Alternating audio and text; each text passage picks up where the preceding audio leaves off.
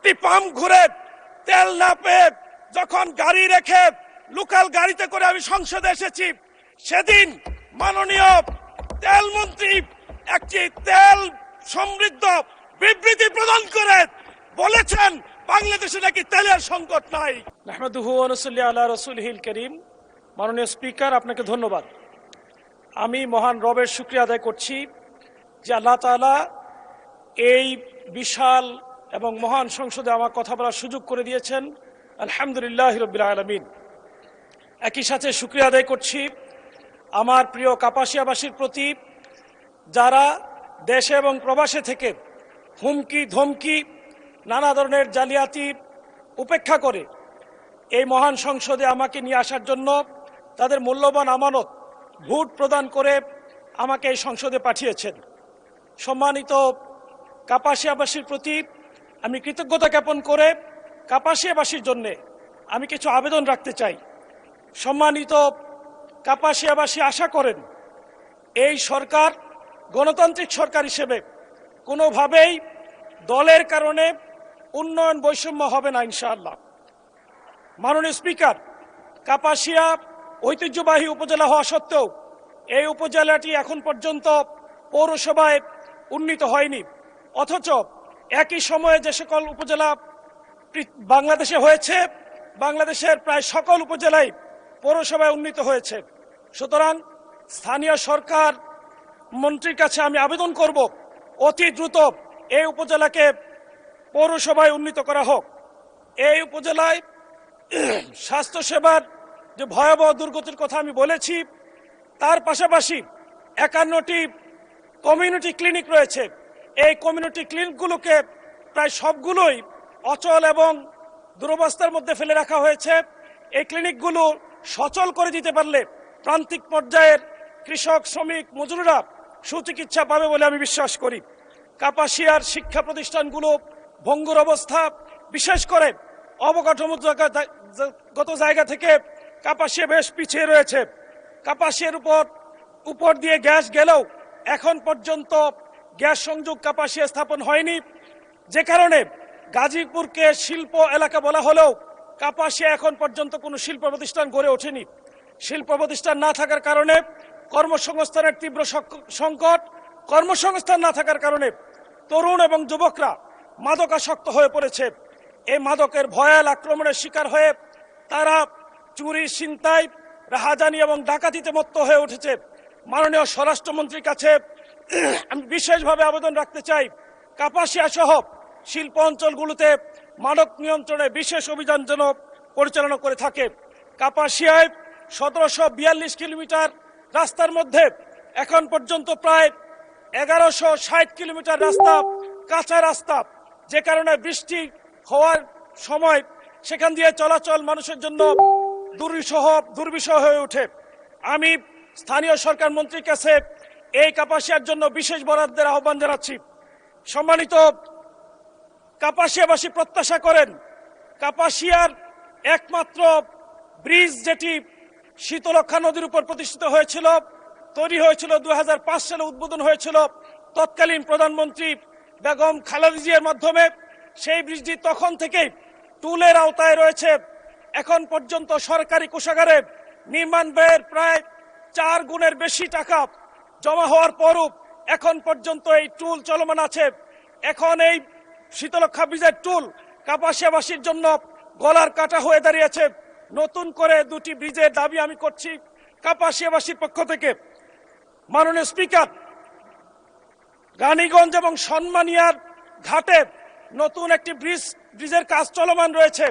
দুর্নীতির কারণে এই ব্রিজের চলমান কাজটি নির্ধারিত সময় থেকে 3 বছর পেরিয়ে গেলেও এখন পর্যন্ত সম্পন্ন করা হয়নি।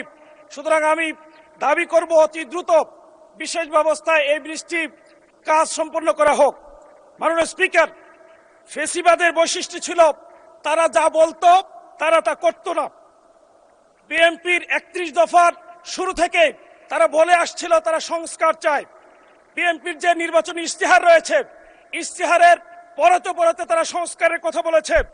যেই জুলাই সনদের ভিত্তিতে এখন তারা কথা বলে, এই জুলাই সনদ যে ঐক্যমত কমিশনের মধ্য দিয়ে তৈরি হয়েছে, সে ঐক্যমত্য কমিশন তৈরি হয়েছিল 5টি সংস্কার কমিশনের মধ্য দিয়ে। সব জায়গায় সংস্কারের কথা বলে আজকে তারা বলছে তারা সংস্কার চায় না। বিএনপি আজকে যে গণভোটকে অস্বীকার করে, গণভোটের রায়কে অস্বীকার করছে, পদে পদে গণভোটের পক্ষে তারা কথা বলেছে। গণভোট ঘোষণা হওয়ার পর, গণভোটের তারিখ ঘোষণা হওয়ার পর সরকার পক্ষ তৎকালীন সরকারকে নানাভাবে অভিনন্দন জানিয়েছিল।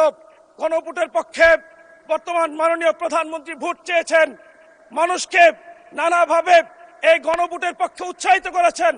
এখন ঘোষণা করা হচ্ছে এই গণভোট অবৈধ। সম্মানিত কাপাসিয়াবাসী সহ আমরা দেশবাসীর পক্ষ থেকে আহ্বান জানাতে চাই, ফ্যাসিবাদী এই আচরণ পরিহার করে দেশের মানুষের পক্ষে গণভোটের রায়কে মেনে নিয়ে অতি দ্রুত জুলাই সংস্কারকে বাস্তবায়নের দিকে এগিয়ে নিয়ে যাওয়া হোক। মাননীয় স্পিকার, যেই জুলাইকে আজকে অস্বীকার করা হচ্ছে, যেই জুলাইকে আজকে পাল্টে দিতে চায়, জুলাই কথা বললে যারা লাফিয়ে উঠেন, সংবিধান দিয়ে যারা জুলাইকে চাপা দিতে চান, তারা জুলাইয়ের সময় রাজপথে ছিলেন না, রক্ত দেননি, তাদের পরিবারকে কেউ জুলাইয়ের সময় শাহাদাত বরণ করেননি। তারা এই জুলাই আন্দোলন চলাকালীন সময়ে সীমান্তের ওপারে 5 স্টার হোটেলে ছিলেন। এ কারণে জুলাইয়ের মর্ম তারা বুঝবেন না। আমি বলতে চাই, the will of the people is the supreme authority. The supreme power of a nation belongs to the people. সুতরাং আমার দেশের মানুষ কনফার্ম করেছে, আমার দেশের সিটিজেন্স এটা কনফার্ম করেছে, এই জুলাই আন্দোলনের চেতনা জুলাই সংস্কার বাস্তবায়নের মধ্য দিয়ে করতে হবে। সেই জুলাই সংস্কারের বাস্তবায়ন করতে হলে আমাদেরকে নতুন করে এই বাংলাদেশে শপথ গ্রহণ করতে হবে। সৌভাগ্যক্রমে আমার নাম সালাউদ্দিন। আমি আমার পক্ষ থেকে নয়, শুধু দেশবাসীর পক্ষ থেকে আহ্বান জানাতে চাই, বাংলাদেশের মানুষের প্রত্যাশা জুলাই সংস্কার বাস্তবায়ন হবে। তেল সংকট নিয়ে মাননীয় প্রধানমন্ত্রী সহ মাননীয় মন্ত্রীবর্গ কথা বলবেন দেশের পক্ষে, দেশের মানুষের পক্ষে। মাননীয় ধন্যবাদ জি, নামের মিল টেনেছেন, 2 মিনিট দেয়া হলো আপনাকে।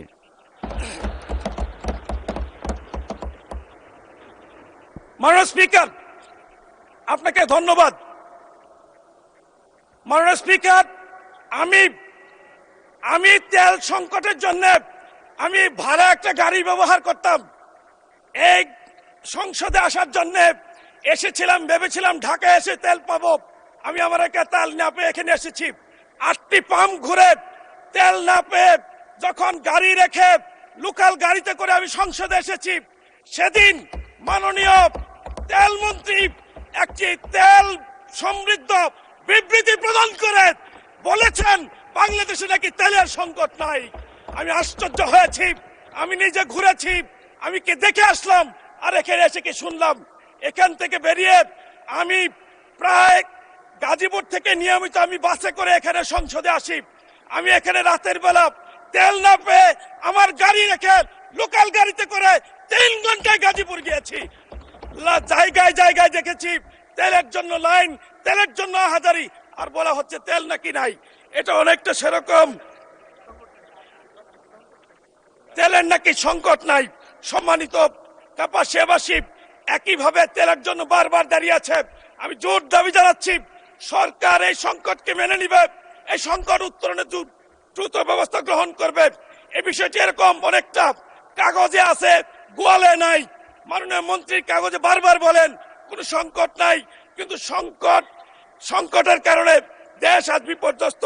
সর্বশেষ সম্মানিত এলাকাবাসীর পক্ষ থেকে আমি আবারও দাবি জানাতে চাই, স্বাস্থ্য ব্যবস্থার উন্নতির জন্য বিশেষভাবে আমাদের উপজেলা স্বাস্থ্য কেন্দ্রকে 50 থেকে 100 শয্যা উন্নীত করবে। এই প্রত্যাশা রেখে আমি শেষ করছি। মাননীয় স্পিকার, আপনাকে ধন্যবাদ। ধন্যবাদ মাননীয় সদস্য।